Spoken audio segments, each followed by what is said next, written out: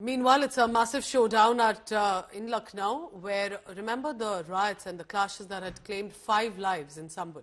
Uttar Pradesh Congress has now decided to march ahead toward the riot-hit Sambhal area despite prohibitory orders. A Congress delegation headed by UP Congress Chief Ajay Rai tried to march towards Sambhal from the party headquarters in Lucknow, but high drama took place. Look at the visuals on your screen. This was in Lucknow, the Congress headquarters, after the Congress delegation and cops got involved in a heated argument. Congress leaders were sitting on a dharna. The Congress delegation finally gave in and said they will move to Sambhal once prohibitory orders are lifted. The station has made it clear that no political party, be it Samajwadi Party or Congress, will be allowed. And you can clearly see the visuals out here, how the Congress Party workers are having a word of exchange with the Lucknow police senior officers out here who have come here in a way trying to stop the vehicle of UP Congress Chief Ajay Rai. And you can clearly see, in a way, heated exchange of words between the police and the Congress workers out here at the UPCC, that means Uttar Pradesh Congress office. You can see how the police team are in a way telling the workers to stop here and follow the administration orders, while the Congress workers are stressed on the point that they have made the plan even before the order of administration to move Sambhal. Though it's worth mentioning, earlier the order was for 30th November. Later it was increased to 10th December. That means no public representative would be allowed at the Sambhal at this particular area. And now you can see the visuals out here, how the heavy police force deployed outside the Congress office. That's the gate of Congress Party office, where from one end you see the Congress workers trying to move at this particular position, while on the other hand the policemen are disallowing or stopping the Congress workers to move. While another picture coming from that particular area, where you can clearly see that they are raising some serious slogans.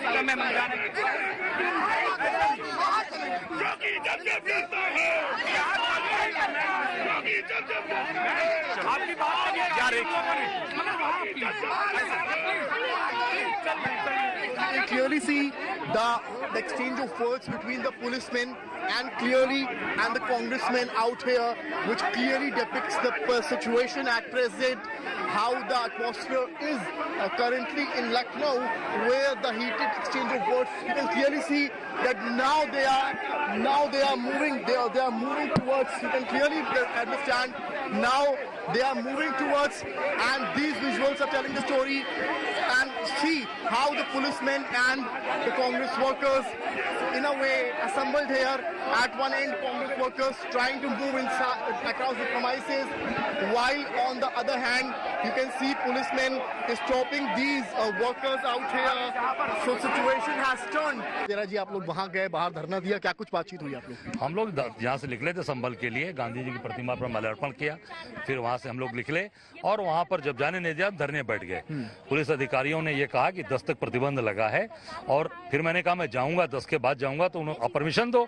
उन्होंने कहा कि उसके बाद जो भी date आएगी हम आपको 10 तारीख के पहले अवगत करा देंगे, और जिस दिन ये प्रतिबंध हटेगा उस दिन कांग्रेस का डेलीगेशन निश्चित तौर से संभल जाएगा। गाड़ियों को रोका गया, तमाम देर बहस हुई पहले कार्यकर्ताओं की पुलिस की, काफी तो नोकझोंक हुई, आपने देखा जिस तरीके से। और फिर मैं धरने बैठा, उसके बाद वो कहे कि आप 10 तक नहीं जा सकते, तो हमने कहा आप अवगत कराइए, हम जाएंगे जरूर। इन्होंने कहा है कि 10 के पहले आपको अवगत कराएंगे, और कांग्रेस का डेलीगेशन जाएगा वहाँ, अत्याचार जो इन्होंने किया है, जो पीड़ित वर्ग है, उससे जाकर मिलेगा और सारी स्थिति को अपने नेताओं को और जनता को अवगत नहीं कराया गया। तब कांग्रेस पार्टी क्या कर रही है? और जिस दिन ये प्रतिबंध हटाएंगे उसी दिन कांग्रेस पार्टी संभल में जाएगी, अपने वहाँ परिवार के लोगों से, भाइयों से जाकर मिलेगी। सरकार की ऐसी मंशा, ऐसी सोच है कि वहाँ पे हमारे जनप्रतिनिधियों के जाने से वहाँ पर अराजकता का माहौल पैदा होगा। मैं सोचता हूँ कि अगर यही लोगों की ऐसी सोच होगी, ये लोग ऐसा करते होंगे, तो हमारे बारे में भी शायद इनकी ऐसी ही सोच होगी। हमारा जाने का मकसद कोई राजनीति करना नहीं है। मैं तो ख़ास तौर से वहाँ से सांसद भी हूँ, और हमारे राष्ट्रीय अध्यक्ष माननीय अखिलेश यादव जी ने जो डेलीगेशन बनाया था, सिर्फ उसका मकसद ये था कि हम उनके दुख दर्द में जाके उन पीड़ित परिवार के शरीक हो सकें। लेकिन हमें अफसोस है कि इस प्रकार से अपनी साजिश और नाकामी को छुपाने के लिए एक तानाशाही अपना आदेश जारी कर देते हैं, कभी 3 दिन का, कभी 7 दिन का। हमारी पार्टी ने इंसाफ दिलाने के लिए माननीय राष्ट्रीय अध्यक्ष अखिलेश यादव जी ने पूरी मजबूती के साथ में बीड़ा उठा रखा। When Samajwadi Party was trying to attempt going there, but they were also stopped.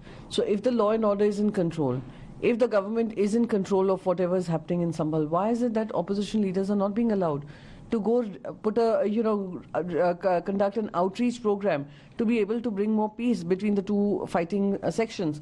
What is unfortunate is it is this very government which has used this particular district court order to create more divisiveness, because they know, and BJP has practiced this politics of hate and divisiveness, which will help them in their politics. That is why everybody is being stopped. It's unfortunate, and I think opposition has every right to reach out to people who are affected by violence. संभल जाने का जो इतनी बड़ी दर्दनाक घटना संभल में हुई है, जहाँ पे 5 लोग जो हैं वो गोली लगने से उनकी मृत्यु हुई और लगभग 30 पुलिसकर्मी उसमें घायल हुए। ये सामान्य घटना नहीं है, बहुत बड़ी घटना है। और एक प्रतिनिधिमंडल कांग्रेस का हमारे प्रदेश अध्यक्ष अजय राय जी की अध्यक्षता में हम लोग जाना चाहते थे, फैक्ट फाइंडिंग के लिए जाना चाहते थे, शांति की अपील करने जाना चाहते थे। और कल रात से ही मुझे भी हाउस अरेस्ट कर लिया गया है। जिस तरह की पुलिस यहाँ पे फोर्स यहाँ पे डिप्लॉयड है, आप भी देख रहे हैं। प्रदेश अध्यक्ष जी को भी रोका जा रहा है, हमारे अन्य नेताओं को रोका जा रहा है। और ये अराजकता है पूरी तरह से सरकार की। सरकार अपनी नाकामी छिपाने के लिए वहाँ पे 163 का हवाला दे करके हमें लखनऊ से वहाँ तक नहीं जाने दिया जा रहा है। विरोध का जो अर्थ यहाँ विरोधियों ने लगा लिया है ना कि जो भी सरकार का है हमें उसका विरोध करना है, बगैर सोचे समझे करना है हमें, चाहे वो सही हो या गलत हो।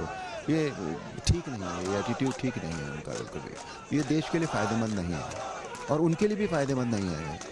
परिस्थिति खराब किसने की? सरकार के लोगों ने, एडमिनिस्ट्रेशन, पुलिस ने या विपक्ष के लोगों ने? मेरा ये कहना है, हम तो अपनी जिम्मेदारी को अदा कर रहे हैं।